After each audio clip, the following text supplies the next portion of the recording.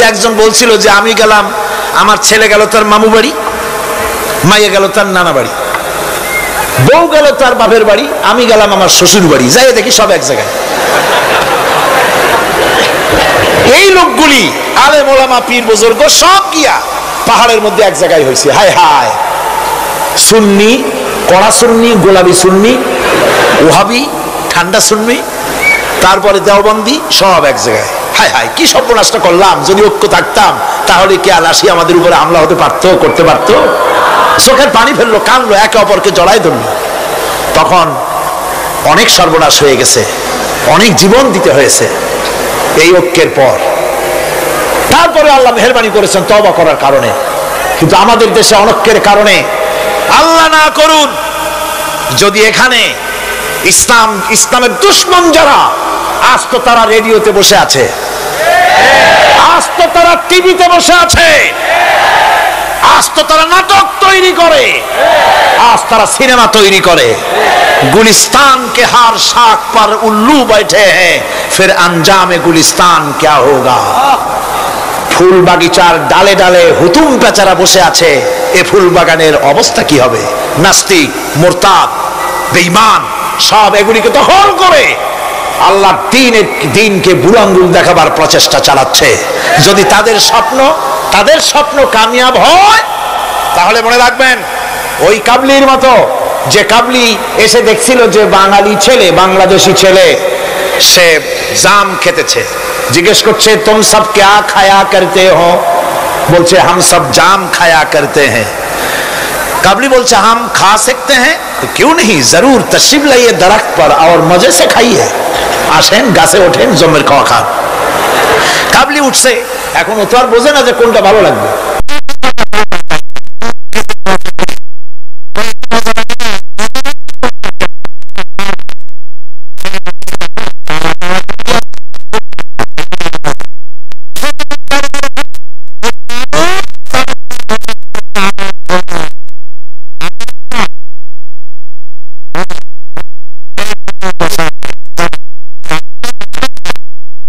শুদ্ধা ধরছে, কাবলির হাতের মধ্যে ভ্রমর পড়ছে। এখন কাবলির হাত তো বোঝেন সাগর কলার মতো আঙ্গুল, ওর ভিতরে ভ্রমর পড়ে ভোঁ ভোঁ করছে। কাবলি বলছে ভোঁ করো ভাঁ করো छोड़ेगा नहीं, কালে কালে जितने पाएंगे सब खा छोड़ेंगे। কালো পাইনি হয়েছে। সুতরাং ইসলাম বিরোধীরা যদি সুযোগ পেয়ে যায়, দেওবন্দি মাদ্রাসায় কে পাশ করেছো, পটিয়াকে, হাটহাজারীকে, ফুরফুরাকে, সরসিনাকে, দেওবন্দিকে, আলিয়াকে দেখা হবে না, পাইকারি ধরে দাড়ি টুপি ধরে ধরে হত্যা করা হবে।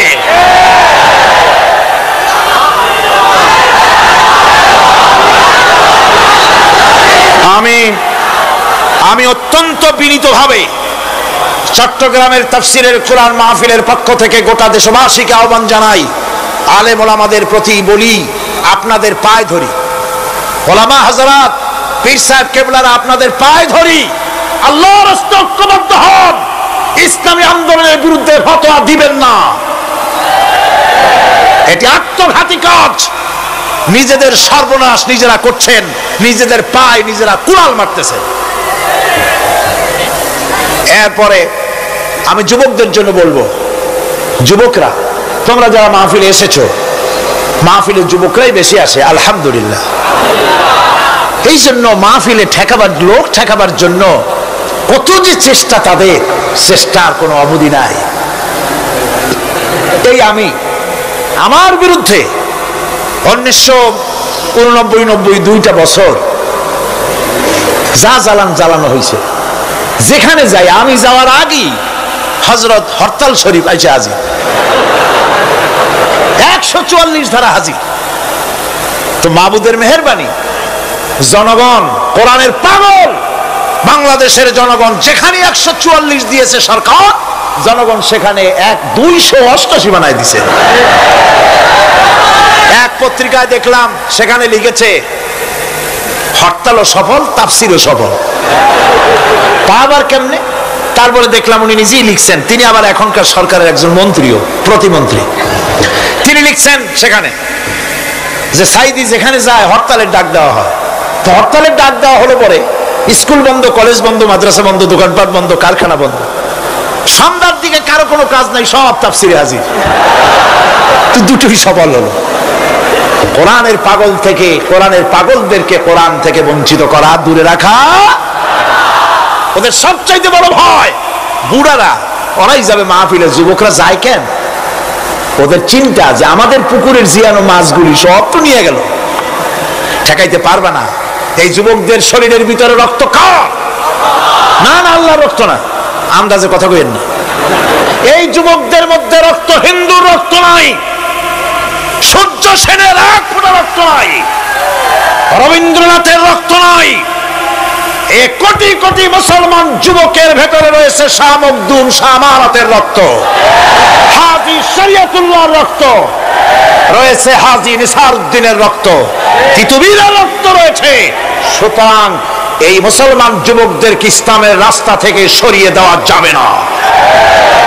যুবকদের বলি, আল্লাহর দ্বীন কায়েমের জন্য ঐক্যবদ্ধ হতে হবে। বাংলাদেশ আল্লাহর জমিন, কোরআনের আইন এখানে প্রতিষ্ঠার জন্য যুবকদের বলি, ইসলাম শেখো, কোরআন শেখো, চরিত্র বানাও। when character is lost, everything is lost. চরিত্রই যখন হারাবে, তখন তোমার কাছে হারাবার মতো আর কোনো জিনিস বাকি থাকবে না। চরিত্রকে বলবৎ রাখবে। চরিত্র হলো সবচাইতে, মানুষ হওয়ার জন্য চরিত্র শ্রেষ্ঠ জিনিস। এই চরিত্রকে তোমরা হেফাজত করবে, 5 ওয়াক্ত নামাজ পড়বে, ওয়াকুনু মা'আস সাদিকিন, সত্যবাদীদের সাথে থাকবে। যারা ইসলামের আন্দোলন করে তাদের সাথী হও, তাদের কর্মী হও। আল্লাহ রাব্বুল আলামিন তোমাদেরকে যুগের খালিদ বিন ওলীদ আল্লাহ বানায় দিবেন।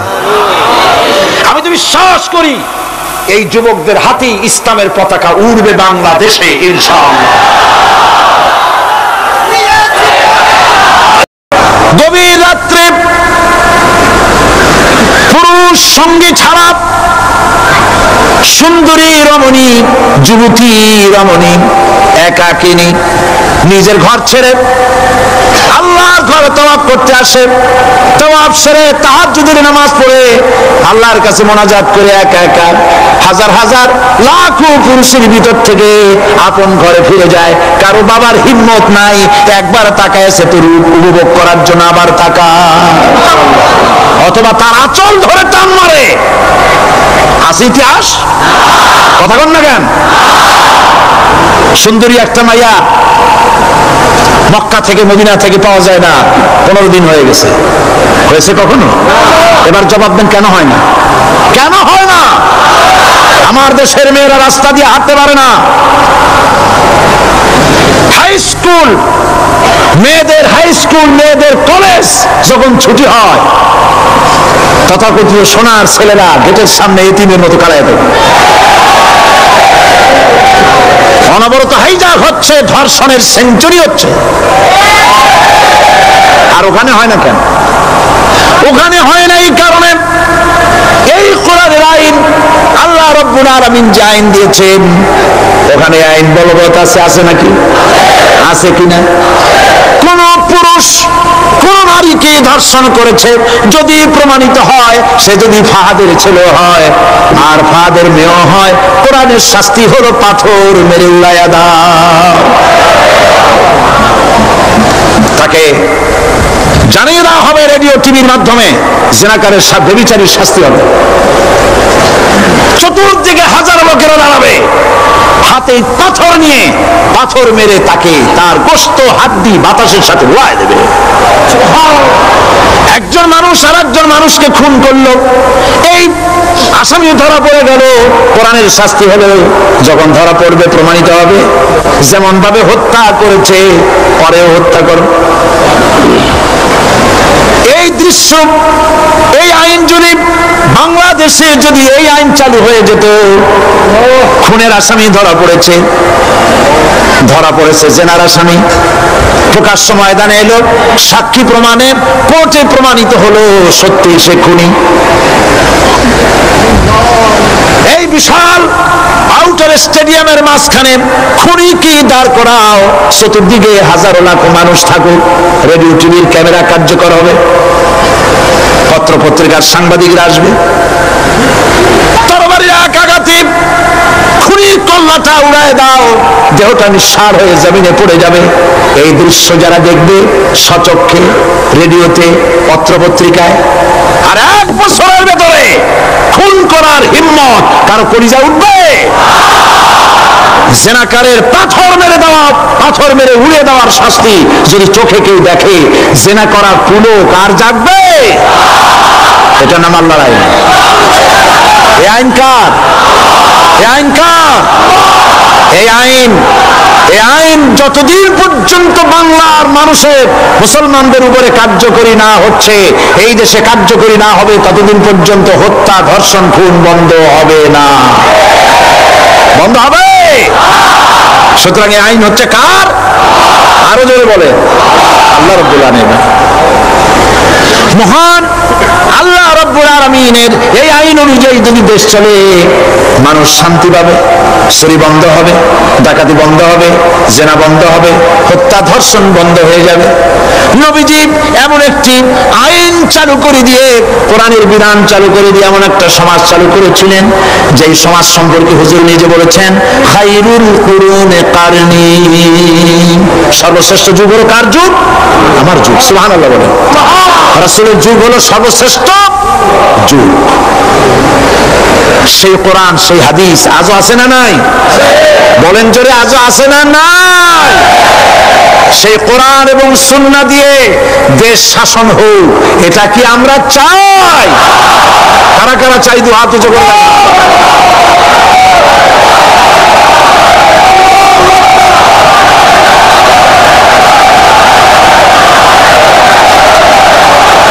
আরে ভাই, আপনারা দাঁড়ায় গেলেন কেন?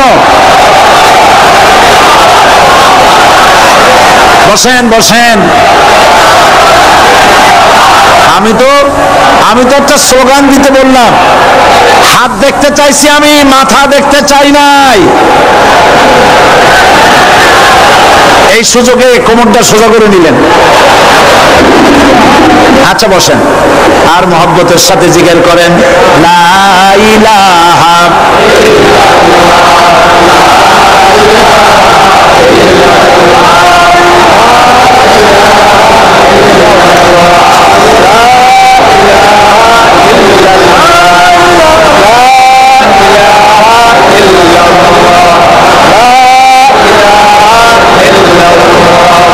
জোরে সরে সবাই জিকির করেন, লা ইলাহা ইল্লাল্লাহ, লা ইলাহা লা ইলাহা লা ইলাহা ইল্লাল্লাহু মুহাম্মাদুর রাসূলুল্লাহ। বসুন, আমরা মুনাজাত করব। আল্লাহ রাব্বুল আলামিন আয়াতুল কুরসির ভিতরে আল্লাহর সার্বভৌমত্বের কথা বলেছেন। আল্লাহু লা ইলাহা ইল্লা হুয়াল হাইয়ুল কাইয়্যুম। পড়েন আমার সাথে সবাই, আল্লাহু লা ইলাহা ইল্লা হুয়াল হাইয়ুল কাইয়্যুম। আল্লাহ হচ্ছেন যিনি ছাড়া কোনো ইলাহ নাই, তিনি শাশ্বত চিরঞ্জীব। সুবহানাল্লাহ। আগামীকাল এর বাকি অংশ আমি আপনাদের সামনে আলোচনা করব ইনশাআল্লাহ। জোরে বলেন ইনশাআল্লাহ। দাঁড়ানো ভাইরা বসেন। আপনাদের পাশে যারা দাঁড়িয়েছেন অনুরোধ করে বসায় দেন। বলেন যে আর 5টা মিনিট বসেন, আল্লাহর রাস্তায় হাইটেন না। হ্যাঁ বলেন আপনারা যে আল্লাহর রাস্তায় হাইটেন না, বসেন, সবাই বসেন। এত বড় মাহফিলের মুনাজাত, সুবহানাল্লাহ বলেন। চট্টগ্রামের ইতিহাসের শ্রেষ্ঠ মাহফিল, চিল্লায় বলেন সুবহানাল্লাহ। গোটা বিশ্বের কোরআনের শ্রেষ্ঠ মাহফিল, বলেন সুবহানাল্লাহ। যারা বলেন আলহামদুলিল্লাহ। আগামীকাল এ মাহফিলের আখেরি মুনাজাত হবে ইনশাআল্লাহ। বলেন ইনশাআল্লাহ।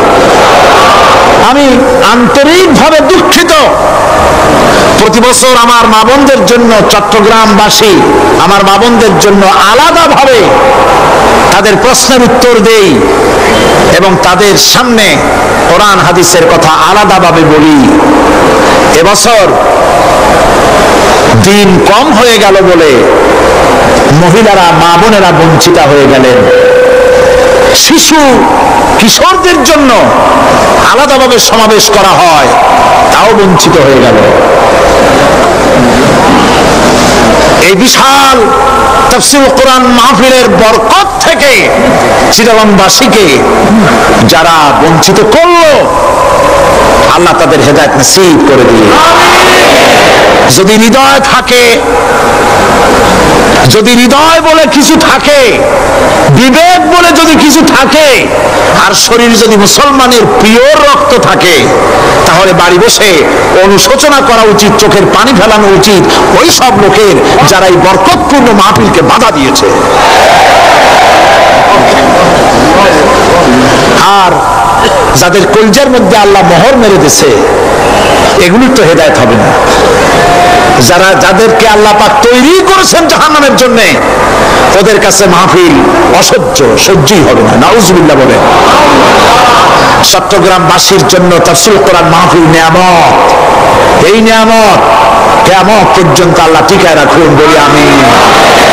আগামীকালের আখেরি মোনাজাতে সমস্ত মুসলমান চতুর্দিক থেকে আল্লাহ পাকের নারা লাগাতে লাগাতে আসবেন। আল্লাহু আকবার, নারে তাকবীর। গোটা চট্টগ্রাম, গোটা চিটাগং শহর আগামীকাল কোরআনের মিছিলের শহর হবে ইনশাআল্লাহ।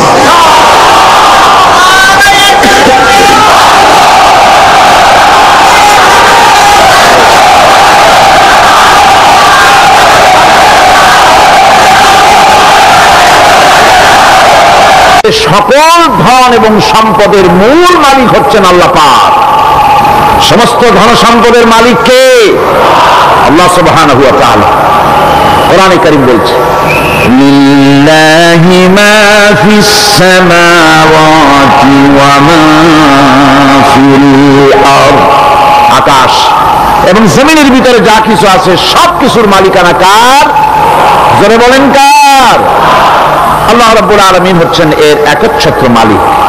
সুতরাং বান্দাদের কাছে কিছুদিনের জন্য এগুলিকে আমানত রাখা হয়েছে।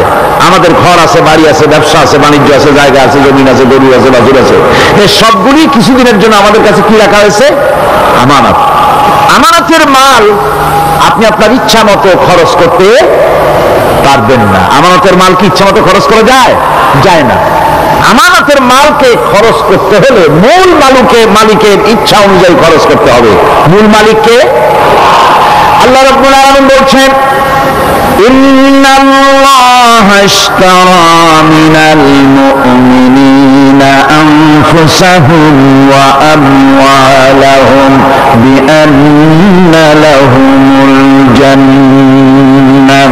আমি আমার মুমিনের জান এবং মালকে খরিদ করে নিয়েছি, বিনিময় জান্নাত দিয়ে দিয়েছি।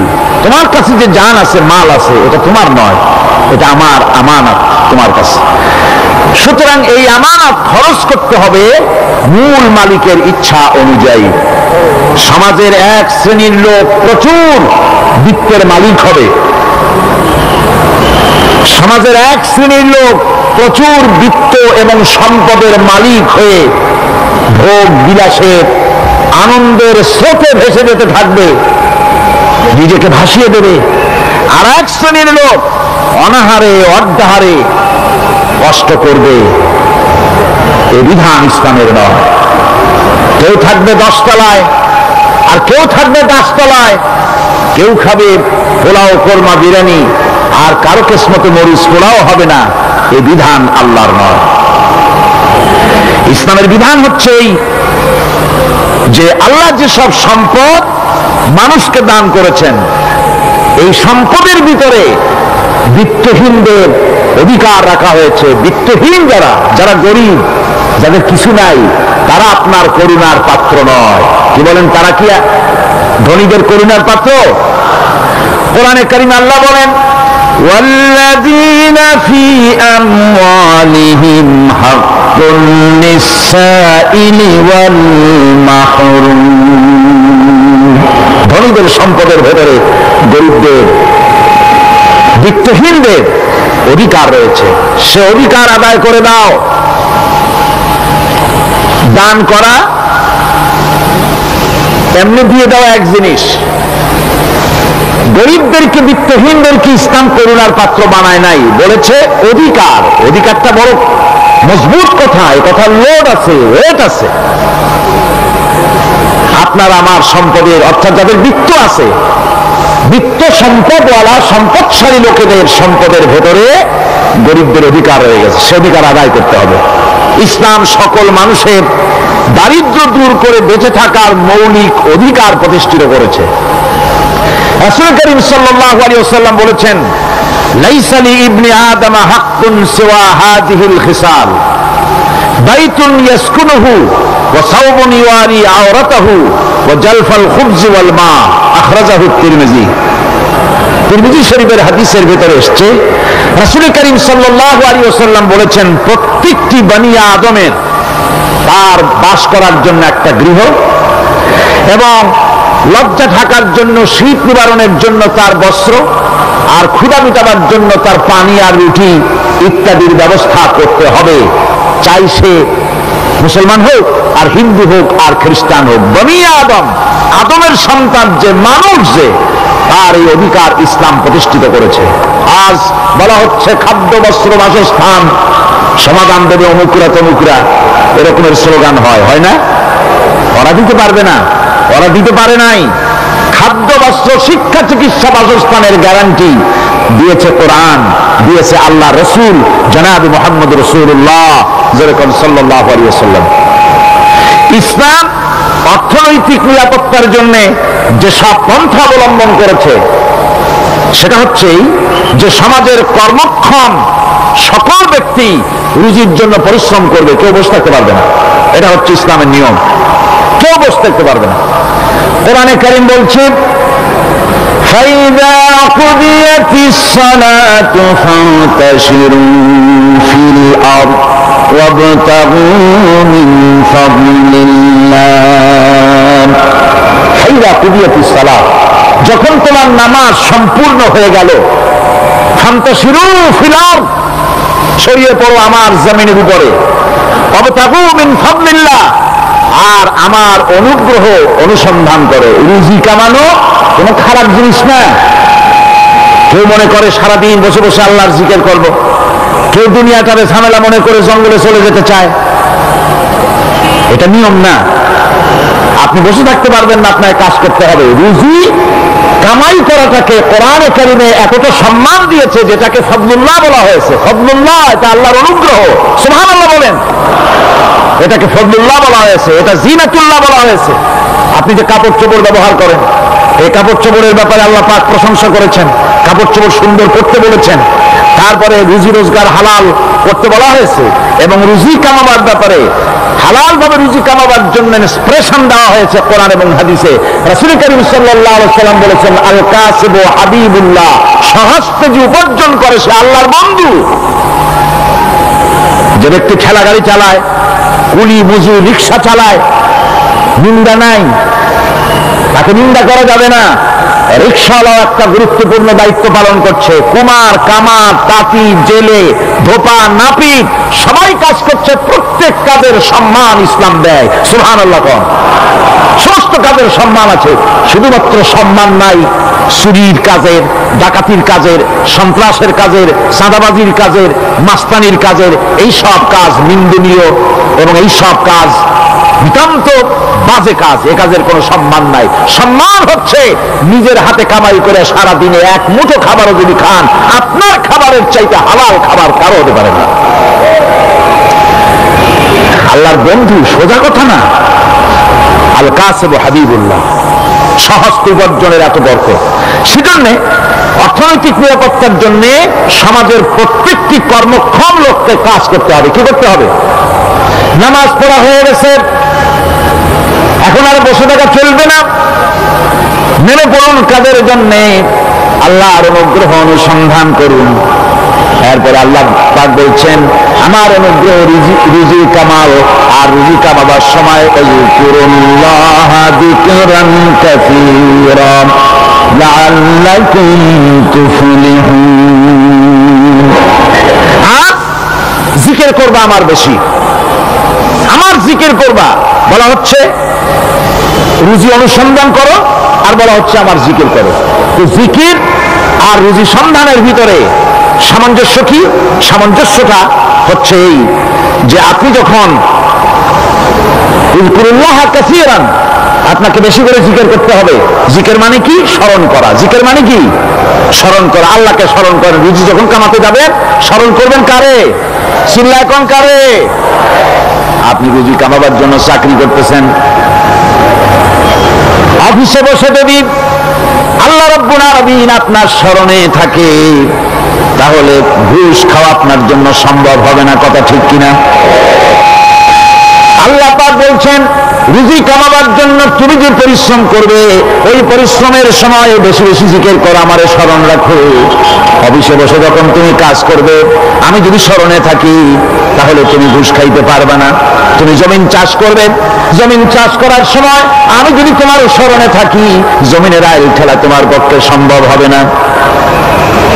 যত রকমের রুজি রোজগারের পথ আছে, আমাকে স্মরণ করো, খারাপ পথ থেকে বাঁচো, হালাল ভাবে রুজি কামাও। হালাল রুজির ভিতরে আল্লাহ রাব্বুল আলামিন বরকত দিয়ে দিবেন। আর কাজ করার জন্য বলা হয়েছে, রাসূল করিম সাল্লাল্লাহু আলাইহি ওয়াসাল্লাম বলেছেন ইযা সাল্লাইতুমুল ফাজরা ফালা তানুমু আন তালবি আরযাকুকুম। ফজরের নামাজ পড়া হয়ে গেছে, ঘুমায় না। আমাদের একটা আম অভ্যাস হয়ে গেছে ফজরের নামাজ পড়ে ঘুমানো। হাদিস শরীফে বলা হচ্ছে ফজরের নামাজ পড়া হয়ে গেছে, ঘুমায়ও না। রুজি তালাশ করো, রিজিক তালাশ করো, নিজের সাহায্য করো, অন্যকে সাহায্য করো, নিজের সংসারের জন্য কাজ করো, অন্যের জন্যও করো। হালাল ভাবে রুজি কামাই করে বউকে একটা ব্লাউজ কিনে দিয়েছেন, একটা শাড়ি কিনে দিয়েছেন, বাচ্চাকে ক্লাসের বই কিনে দিয়েছেন, বাজার থেকে মাছ তরি তরকারি কিনে। অক্ষম ব্যক্তিদেরকে সহযোগিতা করবে, যারা নাকি উপার্জন করতে পারে না, ওই জাতীয় লোকদেরকে তারা সহযোগিতা করবে। ওয়াকফুলু গানিয়ুহুম ফাকিরাহুম, সেই সমাজের যারা নাকি সামর্থ্যবান, তারা রোজগার করবে এবং গরিবদেরকে সহযোগিতা করবে। আল্লাহর নবী বলেছেন সে ব্যক্তি মুমিন নয়, সে ব্যক্তি মুমিন নয়, সেই ব্যক্তি মুমিন নয়। সাহাবায়ে কিরাম হতচকিত হয়ে উঠলেন, প্রশ্ন করলেন নবীজি কোন ব্যক্তি মুমিন নয়? আল্লাহর নবী বলেন যেই ব্যক্তি পেট পড়ে আরাম করে ঘুমায় গেল, এ কথা জানার পর যে তার প্রতিবেশী না খেয়ে শুয়ে আছে, ক্ষুধার যন্ত্রণায় কাতরাচ্ছে, এ কথা জানার পরে যেই মুসলমান ব্যক্তি আরাম করে পেট ভরে খেয়ে ঘুমায়, সে কখনো মুমিনের দাবি করতে পারে না, মুমিন হতে পারে না। কত বড় কথা! ইসলাম মানুষকে তাগিদ করেছে তার প্রতিবেশীর উপরে লক্ষ্য রাখার জন্য, তার প্রতিবেশীকে লক্ষ্য রাখার জন্য, গরিব মানুষের প্রতি লক্ষ্য রাখার জন্য। রাসূল করিম সাল্লাল্লাহু আলাইহি ওয়াসাল্লাম বলছেন আইয়ু রাজুলিন মাতা দিয়ান বাইনা আগনিয়ায়ে ফাকাদ বারিয়াত মিনহুম জিম্মাতুল্লাহি ওয়া রাসূলিহি। আল্লাহর নবী বলেন কোন ধনী ব্যক্তিদের মাঝে কোন গরিব প্রতিবেশী যদি না খেয়ে মারা যায়, তাহলে ওই এলাকার বিত্তশালী লোকদের সাথে আল্লাহর সমস্ত সম্পর্ক, রাসূলের সব সম্পর্ক ছিন্ন হয়ে যায়। কে বলতে পেরেছে এত বড় কথা? মানুষের অর্থনৈতিক নিরাপত্তার জন্য কত বড় কথা বলেছে ইসলাম, বলেছে বিশ্বনবী জনাবে মুহাম্মদ রাসূলুল্লাহ সাল্লাল্লাহু আলাইহি ওয়াসাল্লাম। আল্লাহ রাব্বুল আলামিন বলেন ধনীদের হাতেই যেন সম্পদগুলি পুঞ্জীভূত হয়ে না যায়, কাইলা ইয়াকুনা দুলাতাম বাইনাল আগনিয়াই মিনকুম, তোমাদের ধনীদের হাতে যেন সম্পদগুলি, সমাজের সম্পদগুলি যেন পুঞ্জীভূত না হয়, সেগুলি বরং ছড়িয়ে আস্তে করে যেন সমস্ত গরিব যেন সাধারণের কাছে যেতে পারে, সে ব্যবস্থা করতে হবে। যাকাত প্রদানের মাধ্যমে ধনীদের কাছ থেকে নিয়ে গরিবদেরকে দিয়ে দিতে হবে। আর বুখারী শরীফের সারা ফাথুল বারীতে হাফেজ ইবনে হাজার আসকালানী রাহিমাহুল্লাহ তিনি বলেছেন, যাকাত যদি ধনীরা না দেয়, যদি কেউ দিতে বাধা দেয়, ফামানিমতানা উখিযাত বিহি কাহরান, যদি যাকাত না দেয় জবরদস্তি করে যাকাত আদায় করে নিবে গভর্নমেন্ট। যাকাত দিতেই হবে। মুনকিরিনে যাকাত, যারা যাকাত দিতে অস্বীকার করেছিল, হযরতে সিদ্দিক আকবর, হযরত আবু বকর সিদ্দিক রাদিয়াল্লাহু তাআলা আনহু, তিনি তাদের সম্পর্কে বলেছিলেন, ওয়াল্লাহি লাউ কাতিলান্না মান ফাররাকা বাইনাস সালাতি ওয়াজ যাকাত, অবশ্যই আমি ওই সম্প্রদায়ের লোকের বিরুদ্ধে যুদ্ধ ঘোষণা করব যারা নামাজ আর যাকাতের মধ্যে পার্থক্য সূচিত করবে। যারা নামাজ তো পড়বে কিন্তু যাকাত দিবে না, সরকারের কাছে যাকাত আদায় করবে না, তাদের বিরুদ্ধে যুদ্ধ ঘোষণা করব। ইসলামী সরকার যদি প্রতিষ্ঠিত হয় তাহলে এই যাকাত আদায় করা হবে। যাকাত কেউ নিয়ে বসে থাকতে পারবে না, যাকাত আদায় করা হবে। আমাদের দেশে নিয়ম মাফিক যদি যাকাত আদায় করা হতো, এই দেশ যদি ইসলামী গভর্নমেন্ট হতো, আল্লাহ যেন দয়া করে দেন, কন্যা আমিন। আল্লাহ পাক যদি দয়া করে দেশটার ইসলামী রাষ্ট্র বানায় দেন, তাহলে যাকাত তো আদায় করে নেওয়া হবে। যাকাত দিতে আপনি বাধ্য, গরিব মানুষ থাকবে না।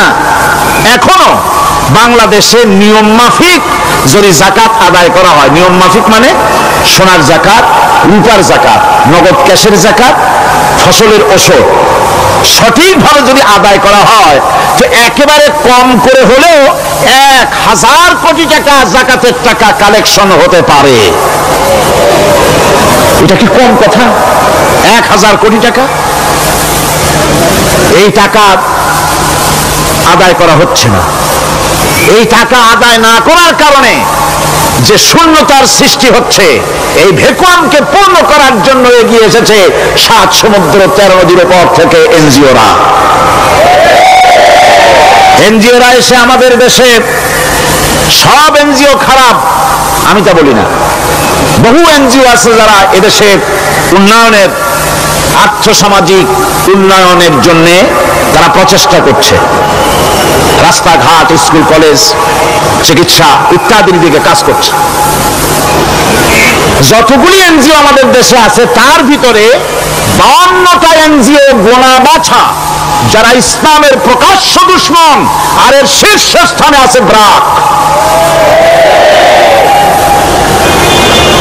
এই এনজিওগুলি তারা আমাদের দেশে এসে সুদি কারবার শুরু করেছে, পরিপূর্ণভাবে সুদের কারবার।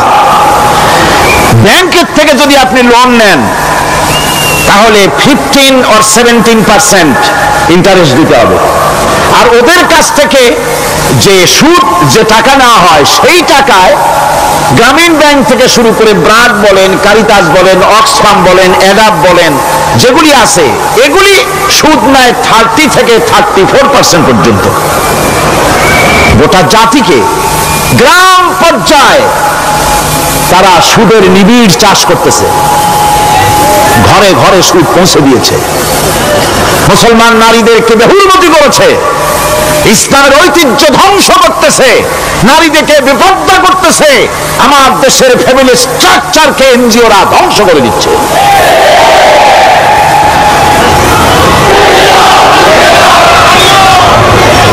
সুতরাং এনজিওরা এই সুযোগটা পেত না। যদি যাকাত কালেকশন করা হতো আর যাকাত দিয়ে, যাকাত যেসব জায়গায় খরচ করতে হয় সেই খরচ করার জায়গাগুলিতে সঠিকভাবে যদি ব্যয় করা হতো, এই অবস্থা হতো না। বাংলাদেশের সম্পদের অভাব নাই। যারা বলে বাংলাদেশ গরিব, আমি তাদের সাথে একমত নই। আক্ষরিক অর্থে বাংলাদেশ গরিব নয়, বাংলাদেশে সম্পদ আছে। বাংলাদেশে যে জিনিসটার অভাব সেটা হচ্ছে ইনসাফ ভিত্তিক বন্টনের অভাব। এখানে কেউ তো 1000 বিঘা জমির মালিক, বিঘা বোঝেন না কি করেন আপনারা? কানি। কেউ তো 1000 কানির মালিক, আর কারো তো রান্নাঘর উঠাবার জায়গা নাই। কথাটা ঠিক কিনা? কেউ তো শত শত কোটি টাকা, কত কোটি টাকা যে আছে তা হিসাব করে মাসখানেক লাগবে, গুনিয়া কুড়িতে পারবে না। আর কারো তো একটা ট্যাবলেট কেনার পয়সা নাই। সুতরাং আমার দেশে যেভাবে গরিব বলা হয় আক্ষরিক অর্থ ওইভাবে আমার দেশ গরিব নয়। আমাদের দেশে সম্পদ আছে, বহুত জমি অনাবাদি ফেলে রাখা হয়েছে। রাসূল কারীম সাল্লাল্লাহু আলাইহি ওয়াসাল্লাম বলেছেন, সেই ব্যক্তির জমিন রাখার অধিকার নাই যে ব্যক্তি তা চাষের আওতায় না আনে। আছে না বহুত জমি পড়ে? আবাদযোগ্য জমি আমাদের দেশে আছে যা, তার 2,40,00,000 একর। আমাদের ভূমি সম্পদ রয়েছে, বনজ সম্পদ যা আছে সেটা হচ্ছে 32,53,860 একর জুড়ে বিরাট বনজ সম্পদ আমাদের আছে। ভূমি সম্পদ আছে, বনজ সম্পদ আছে। আমাদের রয়েছে পানি সম্পদ, প্রায় 250 নদী, 3,600 বর্গ মাইল জুড়ে নদীগুলো প্রবাহিত আছে। আমাদের পানি সম্পদ আছে। আমাদের গ্যাস সম্পদ আছে, যে গ্যাস অন্তত 100 বছর চলতে পারে। প্রত্যেক বাড়িতে বাড়িতে গ্যাসের সংযোগ দিলেও 100 বছরে ফুরাবে না। আলহামদুলিল্লাহ কইতে ইচ্ছা করে না? জোরে কোন আলহামদুলিল্লাহ। আমাদের গ্যাস সম্পদ রয়েছে, আমাদের মৎস্য সম্পদ আছে, পশু সম্পদ আছে, কৃষি সম্পদ আছে, আরো রয়েছে বিপুল জনশক্তি। জনশক্তিকে আজ সবচাইতে বার্ডেন মনে করা হয়। জনশক্তিকে বলা হয় বাংলাদেশের সবচাইতে বড় সমস্যা, জনশক্তি সমস্যা। এটা হচ্ছে যে সরকার আসে তারই ভূতে পায়, যে যায় লঙ্কা সে আর মানুষ হালে ফেরে না, মানুষগুলি তার জন্য জ্বালা। অথচ এই মানব শক্তি হচ্ছে শ্রেষ্ঠ শক্তি। ইউনিভার্সিটি জনমের মতো না বাড়াইয়া, এখন তো ইউনিভার্সিটি দাবি করতেছে সকলে, গ্রামে গঞ্জে থানায় রান্নাঘরে সব জায়গায় আমাদের ইউনিভার্সিটি বলে। আর ইউনিভার্সিটির ফজিলত কি তা তো আমরা দেখতেইছি। এর থেকে বেশি করে পলিটেকনিক ইনস্টিটিউট, ভোকেশনাল ইনস্টিটিউট ইত্যাদি যদি বানানো হতো, ভিক্ষার হাতকে কর্মীর হাতে যদি পরিণত করা যেত, মানুষগুলিকে যদি কর্মক্ষম করা যেত, তাদেরকে যদি মডার্ন টেকনোলজি যদি শিক্ষা দেওয়া যেত, তাহলে এই মানব শক্তি রপ্তানি করে বা পৃথিবীর বিভিন্ন দেশ থেকে মূল্যবান বৈদেশিক মুদ্রা অর্জন করা যায়। সেটা না করে মানুষ হইছে জ্বালা, জনমের মতো এদেরকে মারো। এটা হচ্ছে ট্রেনের 3rd ক্লাস প্যাসেঞ্জার্স মেন্টালিটি। সেটা কিরকম? সেটা হচ্ছে ট্রেনে যখন মানুষ চলে 3য় শ্রেণীতে, একবার উঠে বসলে সে অন্যের জন্য জায়গা ছাড়ে না। জায়গা খালি আছে, আরেকজন এসে বললে ভাই আমার একটু বসতে দাও, কয় না ভাই এখানে লোক আছে। আসলে কিন্তু লোক নাই। আপনি যদি বলেন যে সেই লোক আসলে আমি জায়গা ছেড়ে দেবো, ততক্ষণ তো বসি, আপনি বসলেন। এরপরে আপনি তো বুঝছেন যে লোকটা ফাঁকি দিছে, ওই চিন্তা আপনার মধ্যেও ঢুকবে, আরেকজন আসবে, বসার জায়গা আছে, আপনি বলবেন না এখানে জায়গা নাই। ট্রেনের 3rd ক্লাস প্যাসেঞ্জারদের যে মন মানসিকতা, বর্তমান মুসলিম দেশগুলির সরকার প্রধানেরা ঠিক ট্রেনের 3rd ক্লাস প্যাসেঞ্জারদের চাইতেও 3rd ক্লাস। মানব শক্তিকে কাজে লাগাবার চিন্তা না করে উল্টা চিন্তা তারা করছেন। এত সম্পদ থাকা সত্ত্বেও বাংলাদেশ আজ যে অভাব সৃষ্টি হয়েছে তা কৃত্রিম, এবং তা সৃষ্টি হয়েছে এটা এর একমাত্র দায়ী এর জন্য রাজনৈতিক ষড়যন্ত্র। রাজনৈতিক ষড়যন্ত্রের কারণেই এই অভাব সৃষ্টি হয়েছে। গোড়া থেকেই আমাদের দেশটি ষড়যন্ত্রের শিকার। প্রথমে ব্রিটিশ বেনিয়ারা 200 বছর পর্যন্ত গোলামীর জিনজির পরিয়ে দিয়েছে। 200 বছর গোলামীর পর দ্বিজাতি তত্ত্ব এবং মুসলিম সংখ্যাগরিষ্ঠতার ভিত্তিতে 47-এর আজাদি, তারপর পশ্চিমাদের শোষণ বঞ্চনা থেকে মুক্তি লাভের জন্য 71-এর আজাদি, এরপরে দেশের 90% হচ্ছে মুসলমান। 90% কারা? চিল্লায় বলেন না কারা? পৃথিবীর এই দ্বিতীয় বৃহত্তম মুসলিম জনগোষ্ঠীকে খ্রিস্টান আর ইহুদিরা তারা চেয়েছে জনগণকে খ্রিস্টান বানাতে। আমাদের দেশের জনগণকে তারা চায় খ্রিস্টান বানাতে। যারা কমিউনিস্ট তারা চায় আমাদেরকে নাস্তিক বানাতে। আর পার্শ্ববর্তী দেশের পেইড এজেন্ট যারা আমাদের দেশে আছে, তারা চায় পৃথিবীর নিকৃষ্টতম কুহুরি মতবাদ, ধর্ম নিরপেক্ষ মতবাদের মাধ্যমে গোটা জাতিকে ধর্ম থেকে দূরে সরিয়ে দিতে চায়। সুতরাং এই ষড়যন্ত্রের শিকার হয়ে আছে বাংলাদেশ। বাংলাদেশের এই আর্থসামাজিক প্রেক্ষাপটে ইসলামের বিধান ছাড়া, আল্লাহর দেওয়া বিধান ছাড়া এর কোনো মুক্তি নাই, এর নাজাতের কোনো পথ নাই। আল্লাহ রাসূল ক্ষমতা আরোহণ করলেন, রাষ্ট্রের মালিক হলেন, প্রেসিডেন্ট হলেন। রাসূলুল্লাহ কি হলেন? আল্লাহর নবী প্রেসিডেন্ট হলেন। সমাজের গরিব দুঃখীদের ব্যাপারে নবীজি বললেন, মান তারাকা মালান ফালওয়ারাসাতিহি ওয়া মান তারাকা দিয়ান আও কুল্লা ফালিয়াতিনি ফাইন্না মাওলাহু, রাওয়াহুল বুখারী। নবীজি বলেন, যে ব্যক্তি মারা গেল, মরে যাওয়ার পর তার যে সম্পদ থাকবে, এই সম্পদগুলি সে যে সন্তান, স্ত্রী, পুত্র যাদের রেখে গেছে তা তাদের জন্যে। আর যদি সে ঋণগ্রস্ত, যদি ঋণ অবস্থায় সংসারকে রেখে যেয়ে থাকে, তাহলে তার ঋণের বোঝা, ঋণের পরিশোধের দায়িত্ব আমি মুহাম্মদ সাল্লাল্লাহু আলাইহি ওয়াসাল্লাম নিয়ে নিলাম। সমাজের যার কোনো অভিভাবক নাই, তার অভিভাবক আমি মুহাম্মদ সাল্লাল্লাহু আলাইহি ওয়াসাল্লাম। যার কোনো অভিভাবক নাই, সেজন্য আমার কাছে চলে আসে। ইসলামী রাষ্ট্র এই বিধান পেশ করেছে। এর চাইতে সুন্দরতম বিধান পৃথিবীতে আর কেউ দিতে পারে নাই। সেজন্য সেই সমাজে চুরি বন্ধ হয়েছে, ডাকাতি বন্ধ হয়েছে, জিনা বন্ধ হয়েছে, সব বন্ধ হয়ে গিয়ে সুন্দর একটি সমাজ প্রতিষ্ঠিত হয়েছিল। আর রাসূল বলেছিলেন, খায়রুল কুরুনি কারনি, সর্বশ্রেষ্ঠ যুগ হলো আমার যুগ। সুবহানাল্লাহি ওয়া বিহামদিহি। মানুষ দরজা খুলে ঘুমায়েছে, কারো ক্ষুধার কষ্ট নাই, পড়ার কষ্ট নাই, খাবারের চিন্তা নাই, চুরি ডাকাতির ভয় নাই, ভয় মুক্ত। ওই যে গতকাল বলেছিলাম, যেমন একটা সমাজ আসবে, খাবাব চিন্তা করো না, আমি কসম করছি এমন একটা সমাজ প্রতিষ্ঠিত হবে যেই সমাজে চুরি, ডাকাতি, জেনা, ব্যভিচার, হত্যা, ধর্ষণ কোনো ভয় থাকবে না। লা ইয়াখাফু ইল্লাল্লাহ, আল্লাহ ছাড়া কারো কোনো ভয়, মনের ভিতরে ভয় থাকবে না। ওয়ালাকিন্নাকুম তাস্তাজিলুন, তোমরা বড্ড তাড়াহুড়ো করতেছো, বেসবর হচ্ছ, সবর করো, তাড়াহুড়ো করো না। এমন সমাজ আসবে। রাসূলুল্লাহ এরকম একটা সমাজ গোটা পৃথিবীবাসীকে উপহার দিতে পেরেছিলেন না পারেন না? পেরেছিলেন কিনা?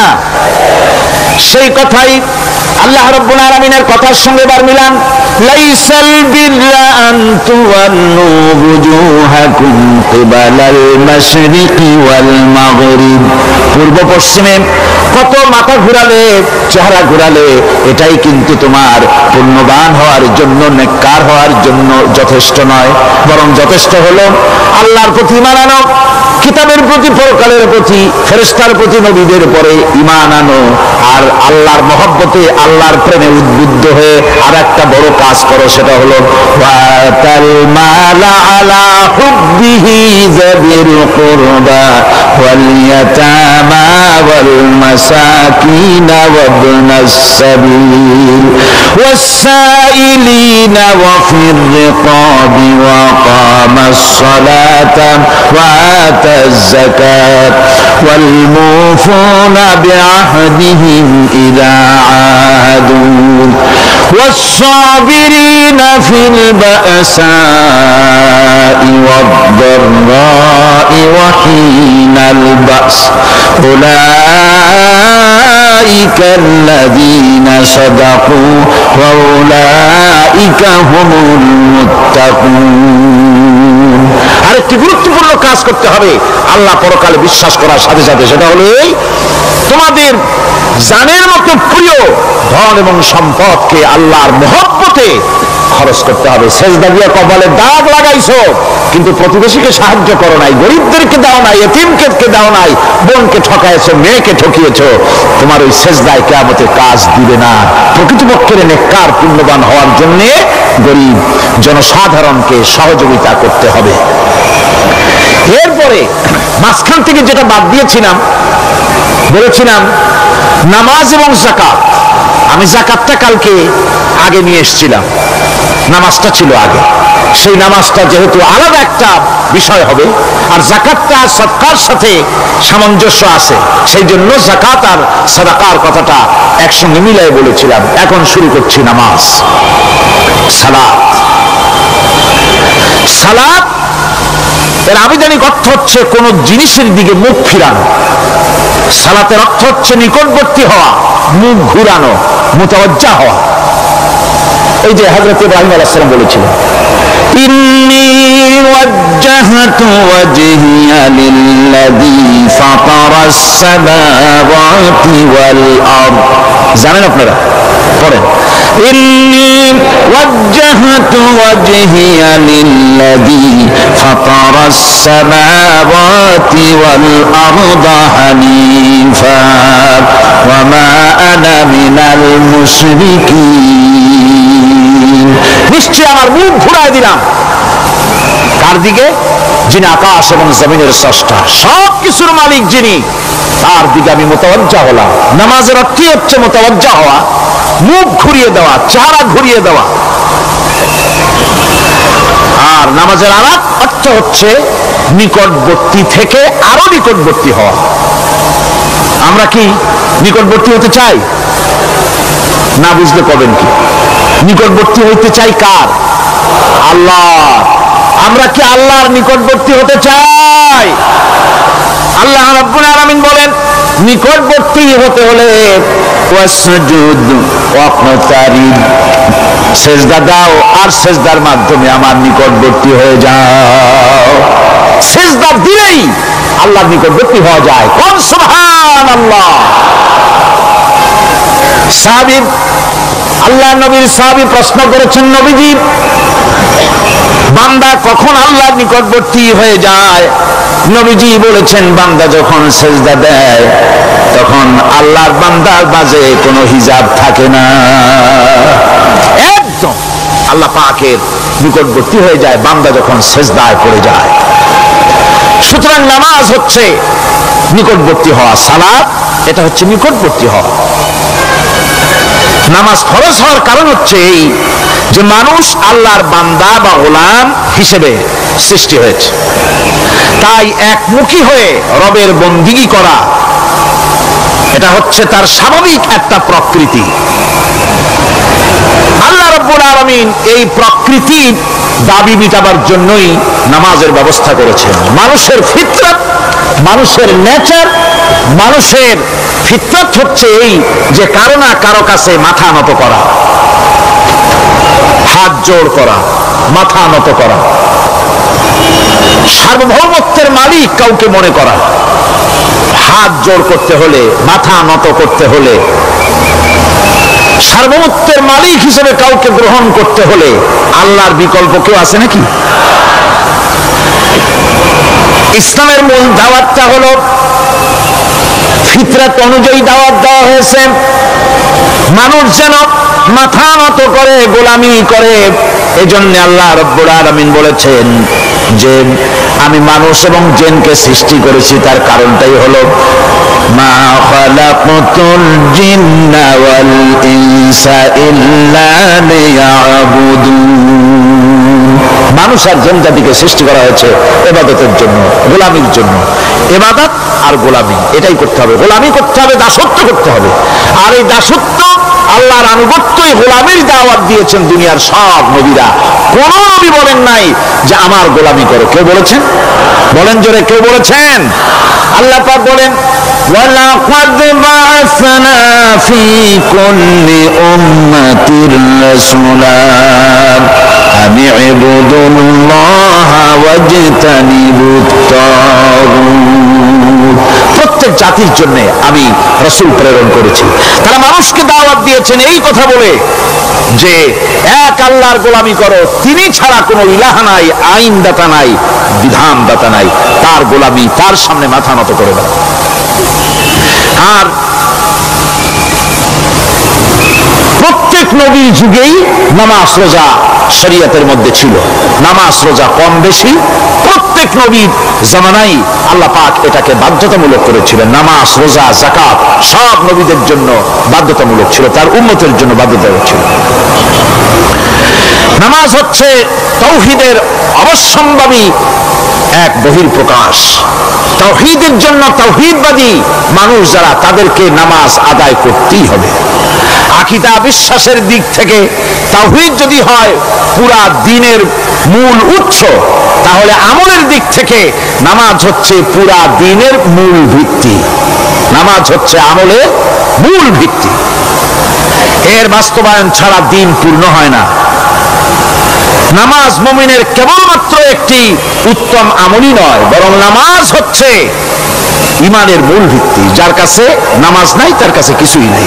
রাসূল করিম সাল্লাল্লাহু আলাইহি ওয়াসাল্লাম বলেছেন যে নামাজ যে ব্যক্তি পড়ে না, আল্লাহ পাকের সাথে তার কোনো সম্পর্ক বাকি থাকে না। সুতরাং এই নামাজটা হচ্ছে যে একমাত্র একাগ্র চিত্তে আদবের সাথে আল্লাহর সামনে রুজু হয়ে যাওয়া। কোরআনে কারীম বলছে মুনিবিনা ইলাইহি ওয়াত্তাকুহু ওয়া আকিমুস সালাতা ওয়া লা তাকুনু মিনাল মুশরিকিন। তোমরা আল্লাহর দিকে রুজু হয়ে যাও এবং তাকে ভয় করে অন্যায় কাজ থেকে বিরত থাকো, আর নামাজ কায়েম করো, মুশরিকদের অন্তর্ভুক্ত হয়ে যেও না। নামাজ কায়েম করা, নামাজের আদেশ কোরআনে কারীমের মধ্যে আল্লাহ পাক বহু জায়গায় করেছেন। ঈমানের পর নামাজই হচ্ছে সবচেয়ে বড় জরুরি। একজন মানুষ ঈমান আনলো, যেমন কালকে একজন ঈমান এনেছে, ঈমান আনার সাথে সাথে তার প্রথম কাজ কি বলুন? বলেন প্রথম কাজ কি? ফজরের নামাজের আগে একজন ইসলাম কবুল করলেন, তার প্রথম দায়িত্ব নামাজকে আদায় করে দেওয়া, ফজরের নামাজ পড়া। জোহরের আগেই কেউ ঈমান আনলো, তার প্রথম দায়িত্ব জোহরের নামাজ আদায় করা। আসরের নামাজের আগে ঈমান এনেছে, তার প্রথম দায়িত্ব হলো আসরের নামাজ আদায় করা। তার মানে হলো ঈমান আনার পর একজন ঈমানদারের প্রথম দায়িত্ব হচ্ছে নামাজ। গুরুত্বপূর্ণ বিষয়, খুব ভালো করে শুনতে হবে, ইয়াদ রাখতে হবে প্রত্যেকটি মুসলমানের। এই নামাজ কি জিনিস, কেমনে আদায় করতে হবে, আদায় না করলে কি হবে, গুরুত্বপূর্ণ এই কথাগুলি প্রত্যেকের স্মরণ রাখতে হবে। হযরত মূসা আলাইহিস সালামকে আল্লাহ রাব্বুল আলামিন ওহী প্রদান করলেন। যেদিন ওহী দিলেন, ওহী দিয়ে সেই মুহূর্তে আল্লাহ পাক তাকে শোনালেন, ইন্নানি আনাল্লাহ লা ইলাহা ইল্লা আনা ফাবুদনি ওয়া আকিমিস সালাতা লিযিকরি। নিশ্চয়ই আমি আল্লাহ, আমি ছাড়া কোনো ইলাহ নাই, আমার গোলামি করো, আমার দাসত্ব করো, আর আমার শরণার্থে নামাজ কায়েম করো। নামাজ নামাজ নামাজ কায়েম করতে হবে, এটাই হচ্ছে ইমানের সবচেয়ে বড় দাবি। অন্যত্র আল্লাহ পাক বলছেন, কুল ইন্না হুদাল্লাহি হুয়াল হুদা ওয়া উমিরনা লিনুসলিমা লিরাব্বিল আলামিন। হে নবী বলুন, প্রকৃতপক্ষে আল্লাহর হেদায়েত হচ্ছে সঠিক হেদায়েত। সত্যিকারের হেদায়েত কার হেদায়েত? আল্লাহ পাকের হেদায়েত। এবং তার পক্ষ থেকে নির্দেশ করা হয়েছে যে সারা জাহানের মালিকের সামনে মাথা নত করে দাও। মাথা নত করবেন কার কাছে? আল্লাহ পাকের কাছে। وأن أقيموا الصلاة واتقوه وهو الذي إليه تحشرون। আর নামাজ প্রতিষ্ঠা করো, আল্লাহ রাব্বুল আলামিনের ভয়তে সমস্ত অপরাধমূলক কাজ থেকে, অসামাজিক কার্যকলাপ থেকে বিরত থাকেও। আর একদিন মনে রেখো, তোমাদের সকলকেই আল্লাহ রাব্বুল আলামিনের দরবারে উপস্থিত হতে হবে।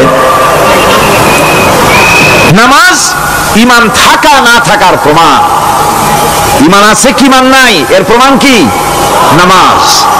আল্লাহ পাক বলছেন, ফালা সাদ্দাকা ওয়ালা সাল্লা ওয়ালাকিন কাযযাবা ওয়া তাওয়াল্লা। কিন্তু না সে সত্য মেনে নিল, আর না সে সালাত আদায় করলো, বরং সত্যকে মিথ্যা মনে করে ফিরে গেল। নামাজটাই হচ্ছে একজন মানুষের সে মুমিন না কাফের তা প্রমাণ করার জন্য। এটাই হচ্ছে মূল কথা। কিয়ামতের দিন মানুষ যে জাহান্নামে যাবে, জাহান্নামের জন্য জাহান্নামে যে সব কারণে যাবে তার মধ্যে বড় কারণ কালকে বলেছিলাম, দেখি মনে আছে নাকি? বড় কারণ কয়টা? আলহামদুলিল্লাহ মনে আছে। আল্লাহ রাব্বুল আলামিন বলেন, ইয়াতাসাআলুনা আনিল মুজরিমিন, কিয়ামতের দিন অপরাধীদেরকে জিজ্ঞেস করা হবে, মা সালাকাকুম ফি সাকার, জাহান্নামে কেন আসছো? জবাবে তারা বলবে, ক্বালু লাম নাকু মিনাল মুসাল্লিনা ওয়া লাম নাকু নুতঈমুল মিসকিন, নামাজ পড়ি নাই আর এতিম মিসকিনদের খেতে দেই নাই, এই কারণেই জাহান্নামে এসেছি। নাউযুবিল্লাহ। নামাজ যারা পড়বে না জাহান্নামে যেতে হবে। কোথায় যেতে হবে? কেউ মনে করতে পারবেন নামাজের ওয়াজ তো বহু শুনছি, এর চাইতে গুরুত্বপূর্ণ জিনিস আর নাই। নামাজের চাইতে গুরুত্বপূর্ণ ইবাদত আল্লাহ সৃষ্টি করেন নাই। মুসলমানের জন্য সর্বশ্রেষ্ঠ ইবাদত কি ছিল? এখন জোরে বলেন কি? এই নামাজ। আকসার মানুষের নামাজ হয় না। যারা আমরা নামাজ পড়ি, বহু লোকের নামাজ পড়ে ঠিক, কিন্তু নামাজ আদায় হয় না।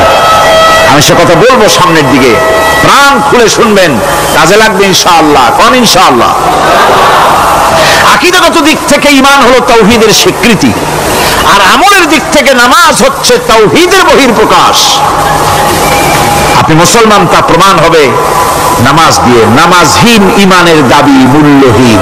যার নামাজ নাই তার ঈমানের দাবি করার কোনো মূল্যই নেই। অনেকে এরকম কথা বলে, হুজুর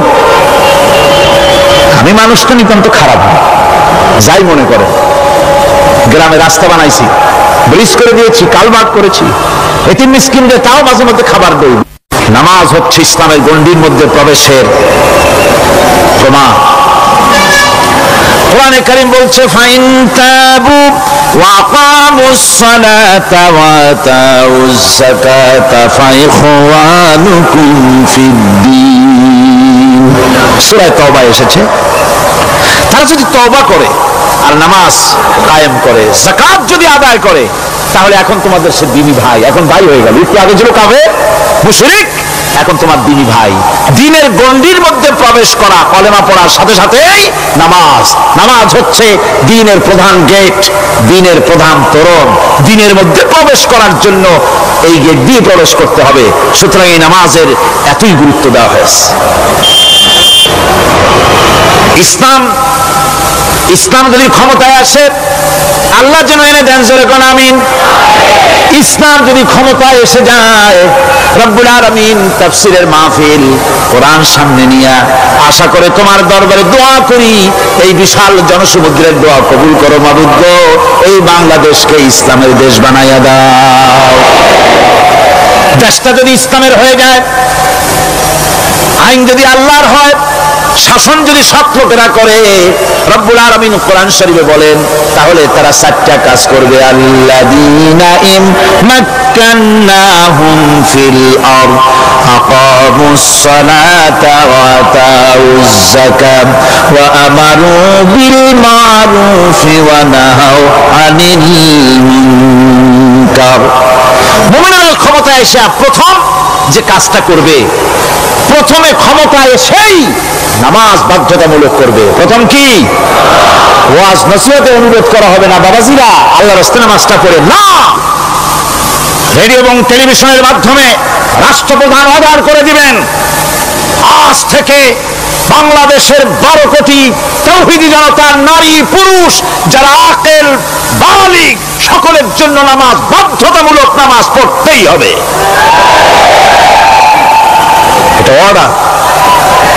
বেলা যখন 1টা বেজে যাবে, বেলা যখন 1টা বাজবে, সমস্ত মসজিদে আজান শুরু হয়ে যাবে। আজানের সাথে সাথে অফিস, আদালত, কল কারখানা, ক্ষেত খামার, শিক্ষাঙ্গন সব ডেডলক হয়ে যাবে। আধা ঘন্টার জন্য বন্ধ হয়ে যাবে। যারা মুসলমান অফিসে, কলেজে, ইউনিভার্সিটিতে, সর্বত্র তারা নামাজের জন্য প্রস্তুতি নেবেন।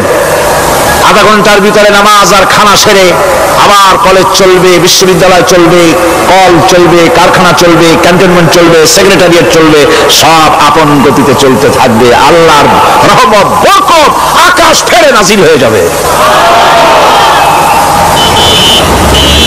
আর এই অর্ডার যে দেওয়া হবে, নামাজ পড়বেন, নামাজ পড়বেন সেখানে। থানায় যখন আজান হবে, থানায় আজান হয়ে গেছে, থানার স্টাফ পুলিশ যারা আছে জামাতে খাড়া হয়ে যাবে, ইমামতি করবেন ওসি সাহেব। এসপির অফিসে এসপি সাহেব ইমামতি করবেন, ডিসি সাহেব তার অফিসে ইমামতি করবেন, মন্ত্রী সেক্রেটারিয়েট ইমামতি করবেন, প্রেসিডেন্ট বঙ্গভবনে ইমামতি করবেন, বিশ্ববিদ্যালয়ের ভাইস চ্যান্সেলরের ইমামতিতে সে জায়গার মুসলমান ছাত্র ছাত্রী, শিক্ষক শিক্ষয়িত্রী এক জামাতে নামাজ আদায় করবে। এই যদি হয় চিত্র দেশের, অপরাধ থাকবে? থানায় ওসি সাহেব নিজেই যদি জামাতের ইমামতি করেন, এইভাবে নামাজ আদায় করেন পুলিশদের নিয়ে জামাতে, ঘুষ আর খাবে তারা? এসপি সাহেবের অফিসে, ডিসি সাহেবের অফিসে মন্ত্রীরা যদি ভাবে নামাজ কায়েম করে, তাহলে কি অন্যায় অপরাধ কিছু থাকবে সমাজে? থাকবে না। সুতরাং নামাজ বাধ্যতামূলক করে দেওয়া হবে। নামাজ বাধ্যতামূলক, সকলকে নামাজ পড়তে হবে। নামমাত্র মুসলিম জাতির রাষ্ট্র ক্ষমতা গ্রহণ করাই হলো ইসলামী শাসন ব্যবস্থা নয়। ইসলাম ক্ষমতায় গিয়া অমুসলিমদের উপরে শাসন জারি করবে, আর অন্যান্য সরকারের মতো আমোদ ফুর্তি করে আর রাস্তাঘাট বানায় টানা এসিতে শুয়ে থাকবে, তা না। রাস্তা হবে, ঘাট হবে, কলেজ হবে, সব হবে, কিন্তু যারা মুসলমান তাদেরকে নামাজ পড়তে হবে। গোটা জনগণকে শাসক আর শাসিত উভয় গোলাম হবে আল্লাহ। উভয় গোলাম হবে কার? তখন প্রেসিডেন্টের বাবার ক্ষমতা নাই নিজের কোন আইন চালু করে, পার্লামেন্টের বাবার ক্ষমতা নাই ইসলামের বিরুদ্ধে টু শব্দটি করতে পারে। সেখানে শাসক আর শাসিত, শাসক আর শাসিত হয়ে যাবে একজন এক হুকুমদাতার গোলাম। সে হুকুমদাতাকে ইনিল হুকুমু ইল্লা লিল্লাহ আলা লাহুল খালকু ওয়াল আমর। প্রেসিডেন্ট থেকে শুরু করে শাসক আর শাসিত সব আইন মানবে ওই আল্লাহ রাব্বুল আলামিনের, যিনি এই তামাম জাহান সৃষ্টি করেছেন। সৃষ্টি যার আইন চলবে সেই আল্লাহ রাব্বুল আলামিনের, এবং তার আইনের সার্বিক অনুসরণ করে চলতে হবে সকলকে। এক কথায় ইসলামী সরকারের সমস্ত ক্ষমতা ব্যয় হবে নামাজ কায়েম করা আর যাকাত আদায় করার ব্যাপারে। নামাজ যদি কায়েম হয়ে যায়, যাকাত যদি আদায় করা হয়, দুঃখ, দারিদ্র, কষ্ট কিছুই থাকবে না, বেকার সমস্যা থাকবে না। সমস্ত বেকারদেরকে চাকরি না পাওয়া পর্যন্ত বেকার ভাতা দেওয়া হবে। বুড়ো মানুষেরা যখন বুড়ো হয়ে যায়, ছেলের কাছে আদর নাই, বউর কাছে কদর নাই, আর ছেলে বউ বদদোয়া করতে থাকে, বুড়েরা মরে না কেন? আছেন আমাদের সমাজ। ইসলামী সরকার এলে পরে এই বৃদ্ধ মানুষদের ব্যবস্থা করা হবে, তাদের প্রতি এই ধরনের অসদাচরণ কেউ করতে সাহস পাবে না। সুতরাং নামাজ প্রতিষ্ঠা এবং যাকাত আদায় হলেই সমাজের অন্যায় অবিচার যা আছে তার 12 আনাই বিলুপ্ত হয়ে যাবে। কল আলহামদুলিল্লাহ। তখন চাকরিতে প্রমোশন হবে নামাজের ভিত্তিতে। এখন প্রমোশন হয় কে কত ঘুষ খাইতে পারে, কে কত সরকারের দালালি করে বিবেকের বিরুদ্ধে বিরোধী দলকে বেশি করে পেটাতে পারে, এর উপরে ভিত্তি করে প্রমোশন হয়। ইসলামী সরকার যখন আসবে, ইসলামী সরকার যখন প্রতিষ্ঠিত হয়ে যাবে, তখন চাকরির প্রমোশন নির্ভর করবে তার সুন্দর চরিত্র আর নামাজের পাবন্দির উপরে ভিত্তি করে। সমাজে দুঃখ দুর্দশা থাকবে, যেরকম থাকবে থাকবে। আমার ভাইয়েরা, নামাজ হচ্ছে আল্লাহ রাব্বুল আলামিনের সাহায্য লাভের একমাত্র মাধ্যম। আল্লাহর কাছে যদি সাহায্য পেতে চাই তাহলে নামাজ লাগবে কি কোন? وَلَقَدْ أَخَذَ اللَّهُ مِيثَاقَ بَنِي إِسْرَائِيلَ وَبَعَثْنَا مِنْهُمُ 12 نَقِيًّا وَقَالَ اللَّهُ إِنِّي مَعَكُمْ لَئِنْ أَقَمْتُمُ الصَّلَاةَ। আল্লাহ পাক বলেন, বনী ইসরাঈলদের নিকট আমি ওয়াদা নিয়েছিলাম, তোমরা যদি মানুষদেরকে অসামাজিক কার্যকলাপ থেকে যদি তোমরা ফিরাইতে পারো, মানুষদেরকে অসামাজিক কার্যকলাপ থেকে তোমরা ফিরাবে। 12টা গোত্রের জন্য 12 জন নকিব নির্দিষ্ট করে দেওয়া হলো, তাদের দায়িত্ব দেওয়া হলো। মানুষদেরকে, সমাজের লোকদেরকে অন্যায় কাজ থেকে তারা ফিরাবে, ভালো ভালো কাজ করার জন্য তাদেরকে আদেশ করবে, অসামাজিক অধর্মীয় কাজ থেকে বাঁচাবার চেষ্টা করবে। এইটা যদি তোমরা করো তাহলে আমি তোমাদের সাথে আছি। শর্ত হলো একটা, তোমাদেরকে নামাজ কায়েম করতে হবে। নামাজ যদি কায়েম করো আমার মদদ তোমাদের জন্য অবধারিত হবে। নামাজ প্রতিষ্ঠা করলেই আল্লাহর সাহায্য লাভ করা যায় জীবনের সকল ক্ষেত্রে। নামাজ হচ্ছে অপকর্মের প্রতিবন্ধক।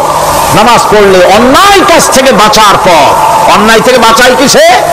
নামাজ। আল্লাহ রাব্বুল আলামিন বলেন, উতলু মা উহিয়া ইলাইকা মিনাল কিতাবি ওয়া আকিমিস সালাত ইন্নাস সালাতা তানহা আনিল ফাহশাই ওয়াল মুনকার। হে নবী, এই কিতাব তেলাওয়াত করো যা তোমার প্রতি অবতীর্ণ করা হয়েছে, এই কিতাব তেলাওয়াত করো আর নামাজকে প্রতিষ্ঠা করো। নিঃসন্দেহে নামাজ মানুষকে পাপাচার থেকে বাঁচায়া দেয়। অশ্লীলতা, পাপাচার থেকে মানুষকে বাঁচায় কে? জোরে চিল্লায় এখন কে? এই নামাজ মানুষকে অন্যায় কাজ থেকে বাঁচায় দেয়। নামাজ যে মানুষকে অন্যায় কাজ থেকে বাঁচায়, কেমনে বাঁচায়?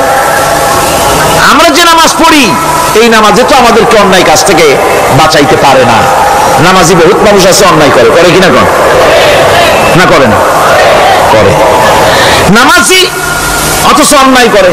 আর আল্লাহ বলছেন নামাজিকে, নামাজ তাকে অশ্লীলতা থেকে ফিরায়। তাহলে কথা কারটা ঠিক? আল্লাহটা। জোরে বলেন কারটা ঠিক? অবশ্যই আমার আল্লাহর কথা হক। আমি ভুল করতেছি, আমি যেন কোথাও ভুল করতেছি, সামথিং ইজ রং, কোথাও যেন আমরা ভুল করে বসতেছি, সেই ভুলটা কি আমরা আবিষ্কার করতে চেষ্টা করবো ইনশাআল্লাহ। প্রথম যে কথাটা সেটা হচ্ছে যে আমরা যা নামাজে পড়ি আমরা তা বুঝি না। কথা ঠিক কিনা? আমি যদি এখন প্রশ্ন করি সামি আল্লাহু লিমান হামিদা অর্থ কি কম, ফার্স্ট ডিভিশনে কয়েকটা লেটার নিয়ে ফেল করবেন এরকম লোক আছেন না নাই?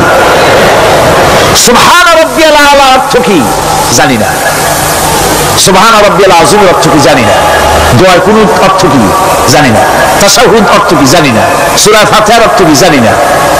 এমন কি উযুর মধ্যে কয়টা ফরজ তাও অনেকে জানে নাই। কথা কি বেশি বললাম না ঠিক বলছি? একজনে জিজ্ঞেস করলো, মিয়া উযুতে কয় ফরজ? কয় হুজুর কি মনে করেন যে বুঝি জানি না? এটা তো সাধারণ ব্যাপার, বলেন না কয় ফরজ? কয় উযুতে তো 17 ফরজ। কি কি? কয় হাত ধোয়া, পাও ধোয়া, মুখ ধোয়া, নাক ধোয়া, চোখ ধোয়া, জিহ্বা ধোয়া, মাথা ধোয়া।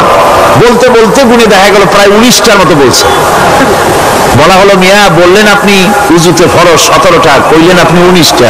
কয় হুজুর জানি আরো, বলি না আপনাদের ভয়তে। উযু জানে না, নামাজ জানে না, তাকে এই নামাজ কেমনে ফিরাবে অন্যায় কাজ থেকে? কথা বুঝতে পেরেছেন? নামাজে কি পড়ি? নামাজে দাঁড়ায় গেলাম, আল্লাহু আকবার অর্থ কি? চিল্লায় কন না আল্লাহু আকবার। এরকম না, মুসলমানের মতো গলা ছেড়ে দিয়ে চিৎকার দিয়ে বলেন আল্লাহু আকবার। আল্লাহু আকবার, আল্লাহ সর্বশ্রেষ্ঠ, তার চাইতে বড় আর কেউ নাই।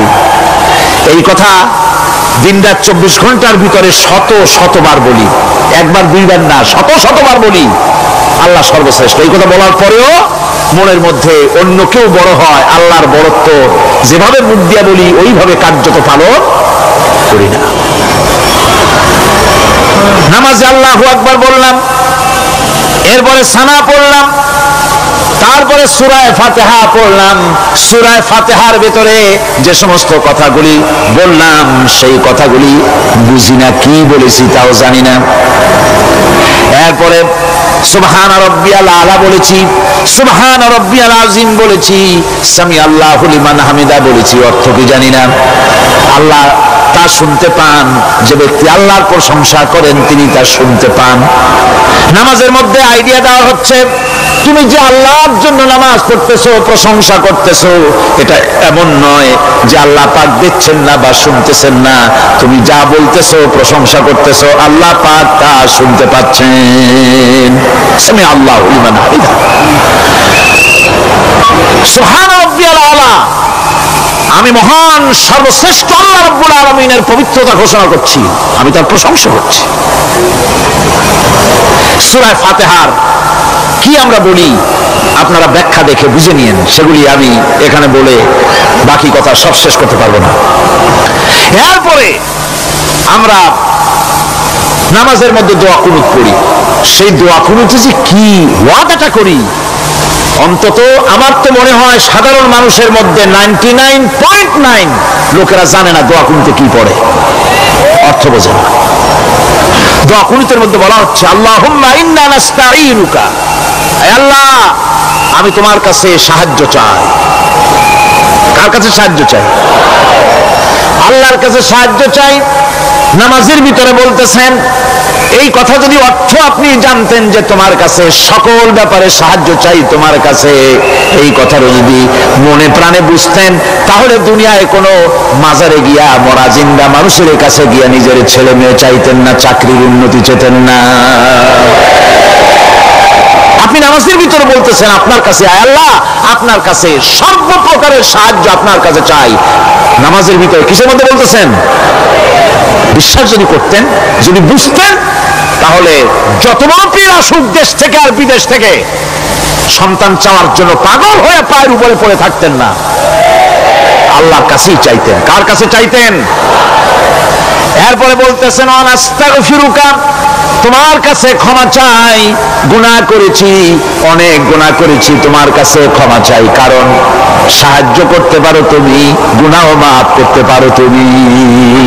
গুনাহ মাফ করার ক্ষমতা কি আছে পৃথিবীর কারো? আকাশে জমিনে আল্লাহ ছাড়া মানুষের গুনাহ কেউ মাফ করতে পারে?